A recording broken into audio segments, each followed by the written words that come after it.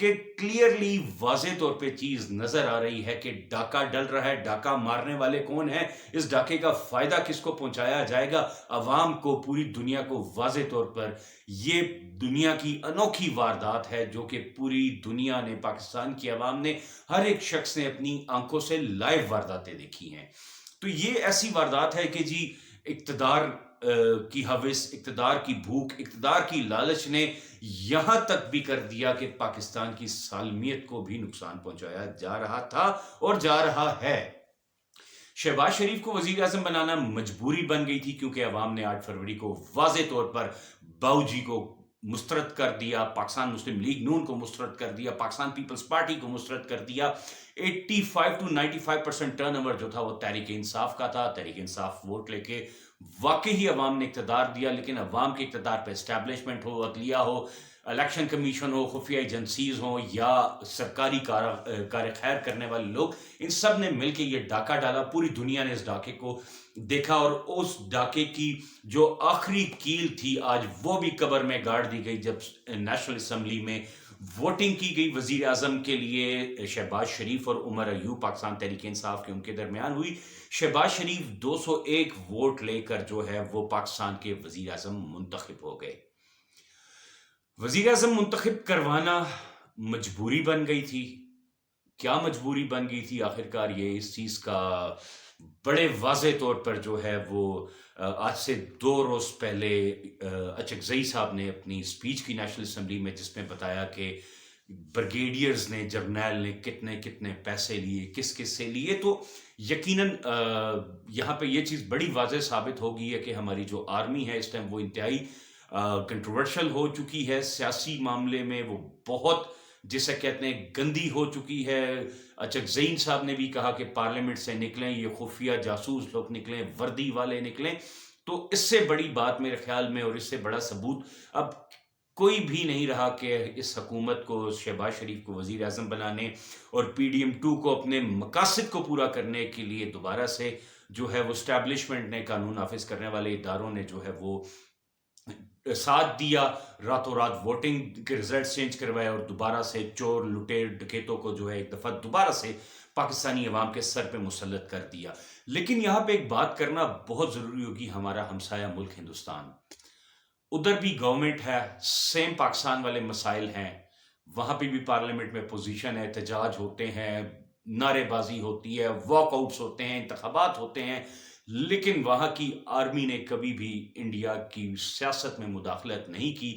وہ اس لیے نہیں کی کہ جو انڈین سیاستدان ہیں, نریندر مودی ہیں یا اس سے پہلے کے جو بھی پرائم منسٹر ہیں یا انڈین سیاستدان ہیں, انہوں نے واضح طور پر کہا ہوا ہے کہ ہمارے فیصلے, اس ایوان کے فیصلے, عوام کے فیصلے اسٹیبلشمنٹ ایجنسیز یا آرمی نہیں لیں گی, یہ پارلیمنٹ لے گی.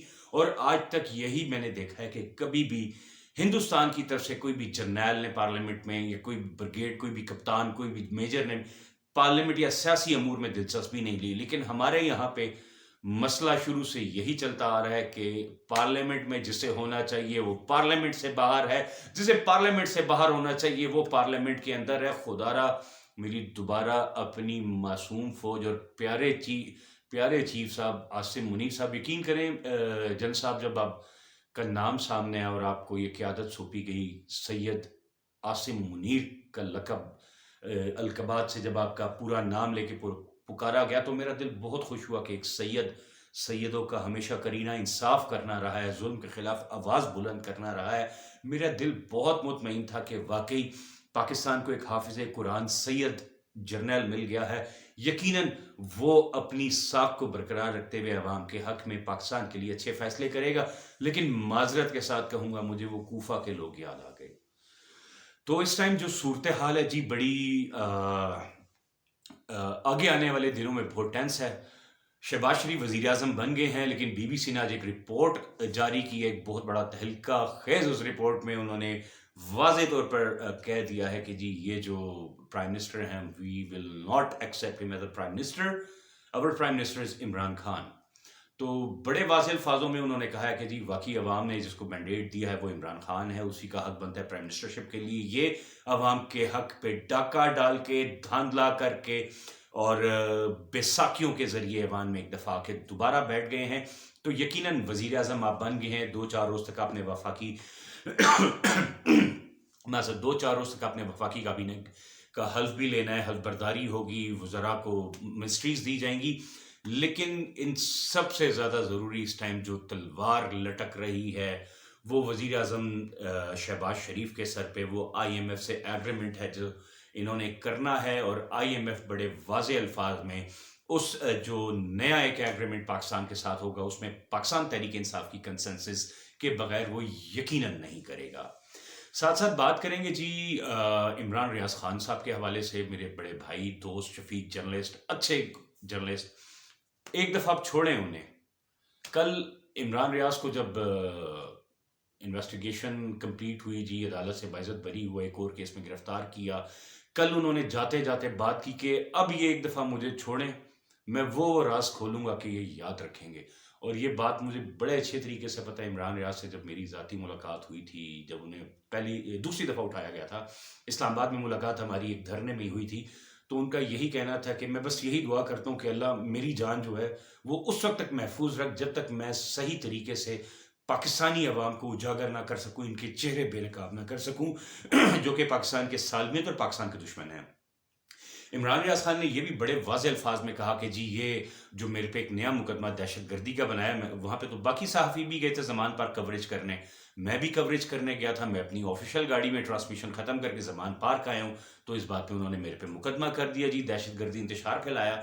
اگر کوئی ان کے پاس ایسے واضح ثبوت ہے تو سامنے لے کے آئیں، ورنہ جب میں باہر نکلوں گا تو میں وہ راز بتاؤں گا کہ ہل کے رہ جائیں گے. یقیناً عمران ریاض کے پاس اور ہم جتنے بھی صحافی ہیں ہمارے پاس کوئی نہ کوئی ایسی بہت کانفیڈنشیل چیزیں بھی ہوتی ہیں جو کہ ہم پبلک نہیں کر سکتے، مجبوری ہوتی ہے. لیکن واقعی اب عمران ریاض خان جو ہے وہ بہت خطرناک ہو جائیں گے. تاحال ذرائع سے مجھے معلوم ہو رہا ہے کہ عمران ریاض خان کو لاہور سے باہر، لاہور سے تقریباً 3 گھنٹے کی مسافت سے دور رکھا ہوا ہے.